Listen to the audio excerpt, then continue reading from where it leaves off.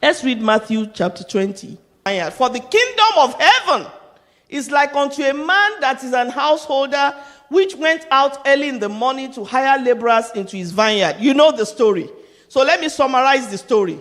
So this man, this householder, wants people to work for him. So he went first thing in the morning, 6 a.m., and he found workers, and he agreed with them for a day's wage. So let's assume the day's wage is $100. So in our terms, $100. He agreed with them, first group. So they started working. Then he went, 9 a.m. You can work in my garden. I will give you third group, fourth group. Finally, the day comes to an end. Now, remember Jesus was saying a parable, comparing it with how things happen where? Kingdom of heaven. This is how things work. Not by your opinion, not by your feeling. This is how it works. So he said, all these people came. Now, at the end of the day, he pays them. And he started from those who work the least. He started from those who came at 6 p.m. And he gave them $100. Then he went to those who worked from 3. He gave them $100. Then he went to those who worked from 12, $100. The people who started the work, the Bible said, thank you for picking that verse. But when they first came, they supposed. So I supposed. It's not a contractor. I thought that because I came first, I should earn more. You see the answer of the master. The master said, friend, go to verse 15. Very interesting. Verse 15. Is it not lawful for me to do what I will with my own? Is thine eye evil because I am good? Do New Living Translation. Do New Living Translation of verse 15.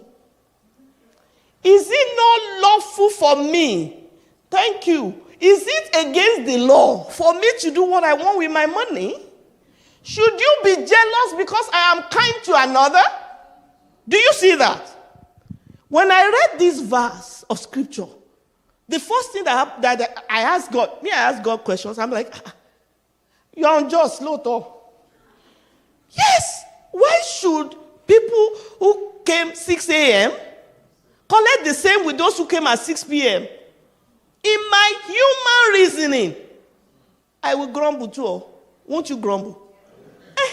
That's the natural. That's natural.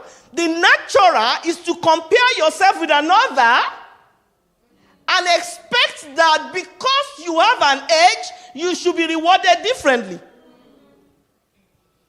That's natural. But in essence, the first group were the only group the master spoke with and came to a conclusion. So the master knew that it is fair to give them $100 because that's what they agreed. If he decides to give the last person $100, it's not because he's wicked, it's because he's generous. Because the generosity is to those people, not you. But he didn't cheat you. He didn't. So we suppose, we assume, we think, I came first. I've been in this church for 30 years. How can that brother who just came now have a car and me not?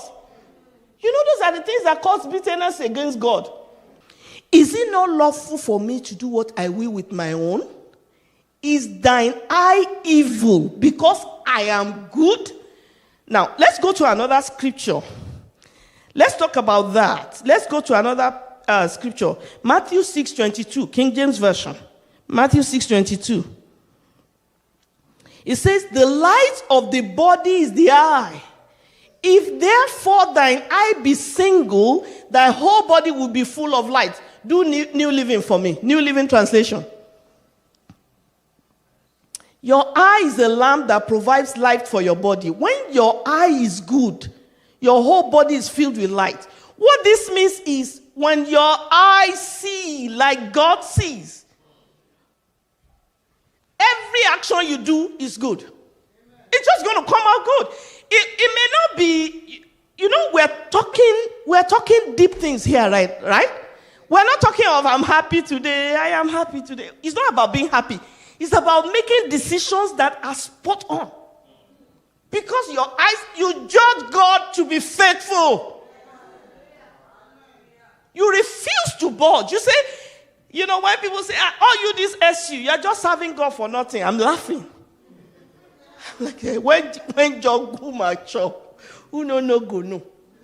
Because, you know what God is? He is a rewarder of them that diligently. Somebody will tell me I didn't diligently serve God. And he is on my back. He's a rewarder.